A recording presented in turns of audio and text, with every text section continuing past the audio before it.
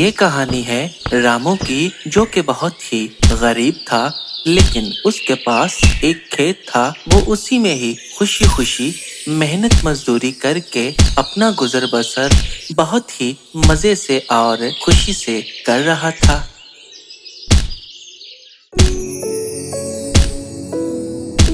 रामू ने ये कभी नहीं सोचा कि मेरे पास बहुत सी धन दौलत हो।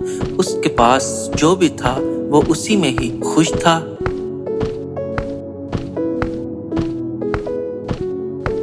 वैसे तो रामू अपनी जिंदगी में बहुत खुश था और उसको किसी बात की परेशानी नहीं थी, लेकिन रामू को बस एक ही दिक्कत थी कि रामू घर पर अकेला था। उसकी पत्नी नहीं थी और उसकी शादी भी नहीं हुई थी।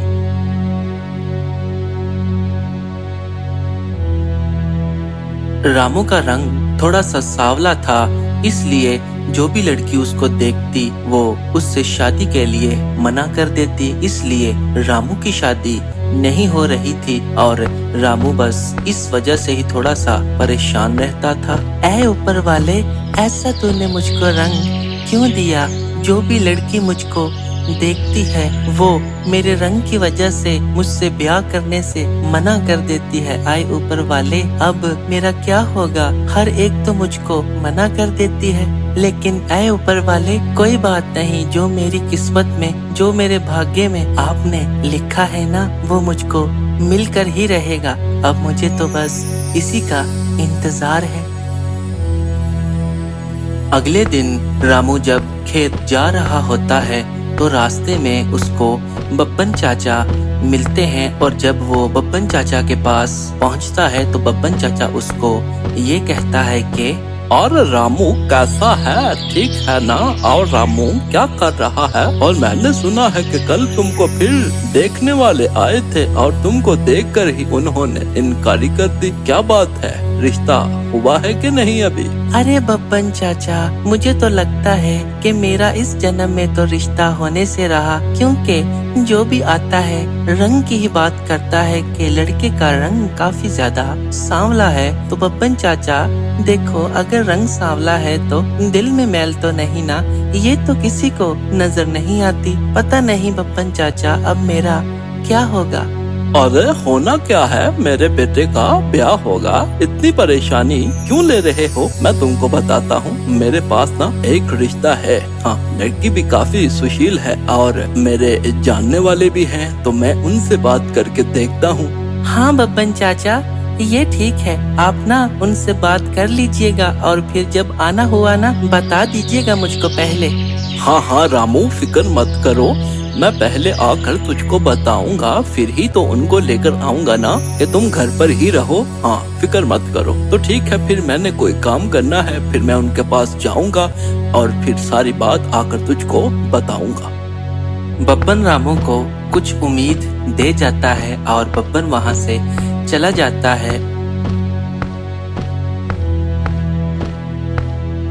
और रामू फिर ये कहता है कि हाँ बब्बन चाचा, ऐसा कर देना तो क्या ही बात है, मेरा घर बस जाएगा। हाँ बस अब इंतजार करता हूँ, ऐ ऊपर वाले सब अच्छा ही करिएगा।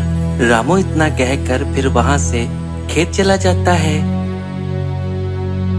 दूसरी तरफ बब्बन चाचा जा रहा था और ये सोचता है कि रामू की बात कल क्यों करनी है, आज ही जाता हूँ और अगर उसका बाप मुझको मिल गया तो उससे रामू के रिश्ते की बात कर लूंगा। बब्बन चाचा भीरू के पास जा रहा होता है कि उससे जाकर रामू के रिश्ते की बात करता हूँ, कि भीरू सामने से ही आ रहा होता है और बब्बन चाचा को वो मिल जाता है और बब्बन चाचा उसको ये कहता है कि अरे भीरू भाई कैसे हो? ठीक हो ना? भीरू भाई, मैं तुम्हारी तरफ ही आ रहा था, तुमसे ना एक जरूरी बात करनी थी मैंने। अरे बब्बन भाई कैसे हो? ठीक हो ना? अरे बब्बन भाई, तो बोलो फिर कौन सी बात करनी है मेरे भाई ने? भीरू, बात यह है कि अपनी छोटी की शादी तो तुमने करनी ही है। मेरी नजर में एक बहुत ही अच्छा सा लड़का है और घर भी अपना है, उसका खेत भी अपना है, लड़का भी अच्छा है। तो मैं सोच रहा था क्यों ना अपनी छोटी का ब्याह उसके साथ कर दिया जाए। अरे ये तो बड़ी अच्छी ही बात की है तूने। शादी की उम्र भी उसकी हो गई है, तो बोलो लड़का कौन है? लड़का तो बहुत ही सुशील और बहुत ही नेक है और उसका नाम रामू है। रामू एक बहुत ही अच्छा इंसान है, तो मेरे दिल में बात आई कि अपनी छोटी का ब्याह उसके साथ हो जाए तो सारी जिंदगी वो खुश रहेगी। हाँ, अरे वो रामू जो चलती फिरती रात है, अरे उसका रंग देखा है और मेरी बेटी का रंग देखा है, उसका कोई जोड़ है उसके साथ क्या? अरे बब्बन कुछ सोच कर तो कहना था ना, रिश्ता जोड़ने से पहले एक दूसरे को देखना तो चाहिए कि ना जोड़ी मिलती है कि नहीं। अरे बब्बन नहीं नहीं, कोई और रिश्ता लेकर आना। रामू का नहीं, रामू का नहीं बाबा, रामू का नहीं। भीरू भी बब्बन को मना कर देता है उसके बार बार कहने पर कि वो बहुत ही अच्छा है, नेक दिल है, लेकिन भीरू उसके रंग की वजह से मना कर देता है और बब्बन वहाँ से चला जाता है। अगर भीरू ने भी इनकार कर दिया है, अब मैं कैसे सुबह को जाकर उसको ये बताऊंगा कि उसने भी मना कर दिया है। अच्छा चलो कोई बात नहीं, सुबह को उसके पास जाऊंगा और उसको ये बताऊंगा कि भाई उसने भी मना कर दिया है।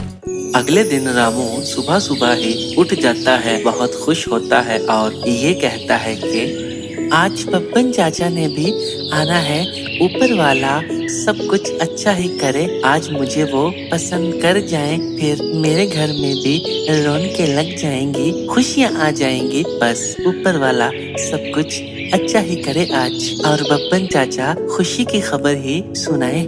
रामू अपने घर के बाहर ही खड़ा होता है और इंतजार कर रहा होता है बब्बन का, और बब्बन अकेला ही वहाँ आ जाता है।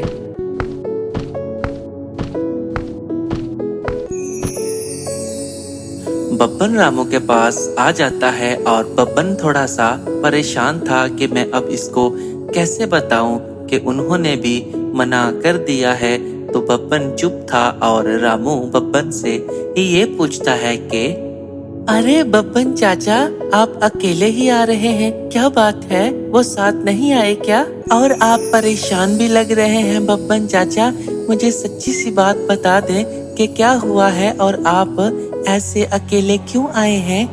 अरे बेटा, मैंने उससे बात की थी, लेकिन उसने भी तुम्हारे रंग की वजह से मना कर दिया। उसने कहा कि मेरी बेटी इतनी खूबसूरत है, उसका उसके साथ कोई जोड़ नहीं। उसने भी मुझको खड़ी खोटी सुनाकर मना कर दिया। मैंने अपनी तरफ से बेटा पूरी कोशिश की, लेकिन उसने भी मुझको मना कर दिया।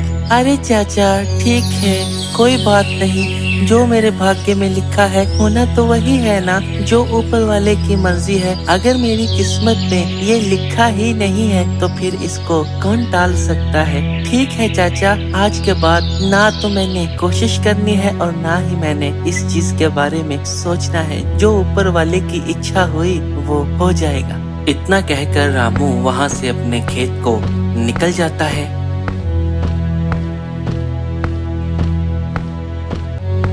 रामू जा रहा होता है कि रास्ते में देखता है कि एक खूबसूरत सी लड़की नदी के पास गिरी होती है और मदद की आवाज दे रही होती है। कोई मेरी मदद करो कोई मेरी। रामू जल्दी से नदी की तरफ जाता है और वहाँ से पानी लेकर आता है और उसको देता है। जब वो पानी पी लेती है तो रामू उससे ये कहता है कि अरे तुम यहाँ पर क्या कर रही हो, और वो भी अकेली, तुम्हारे साथ कोई भी नहीं है क्या? मैं एक परी हूँ और मैं आ रही थी तो एकदम से मुझको पता नहीं क्या हुआ और मैं गिर पड़ी। तुम्हारा बहुत धन्यवाद कि तुमने मुझको पानी पिलाया और अब मैं पहले से बहुत अच्छा महसूस कर रही हूँ। अरे कोई बात नहीं, कोई भी मुश्किल में हो तो उसकी मदद करना बहुत अच्छी बात होती है। कोई बात नहीं, अगर मैंने आपकी मदद कर दी है तो इसमें कोई भी बड़ी बात नहीं। शायद मेरी जगह पर कोई और भी होता तो ऐसे ही आपकी मदद करता। तुम्हारा नाम क्या है? मैं तुम्हारा नाम जानना चाहती हूँ। मेरा नाम रामू है और मैं यहाँ साथ वाले गांव में ही रहता हूँ। रामू नाम है तुम्हारा? बहुत ही अच्छा और सुशील नाम है। रामू, मैं तुमको एक बात बताती हूँ कि कोई भी होता तो शायद ऐसा ना करता जैसे तुमने किया है। वो सबसे पहले मेरे गहने उतारता और गहनों को लेकर जाता, मेरी मदद कभी नहीं करता। लेकिन तुम दिल के बहुत ज्यादा अच्छे हो, इसलिए मैं तुमसे बहुत ज्यादा प्रभावित हुई हूँ। रामू दिल में कोई भी खोट नहीं रखता उसकी सुंदरता देखकर, और रामू उसको ये कहता है कि चले ठीक है, अब मैंने ना जाना है, खेत में काम करना है, तो आप भी अब जाएं। अरे अभी तो मैं यहाँ पर अकेली हूँ और मैं पूरी तरह से ठीक भी नहीं हुई। कुछ देर और बैठ जाओ मेरे पास। रामू उसकी ये बात सुनकर उसके पास बैठ जाता है और वो काफी देर बातें करते हैं। और फिर रामू जाने लगता है तो परी उसको ये कहती है कि तुम रोज नदी के रास्ते से ही जाते हो क्या खेत में? नहीं, आज ही मैं इस रास्ते से आया हूँ क्योंकि मुझे कुछ काम था, इसलिए आज नदी से गुजर हो गया। परी को मन ही मन में रामू से प्रेम होने लगा था और वो रामू को ये कहती है कि तो ठीक है, तुम कल भी इसी रास्ते से गुजरना, मैं तुम्हारा इंतजार करूंगी। रामू मान जाता है और रामू फिर वहाँ से चला जाता है।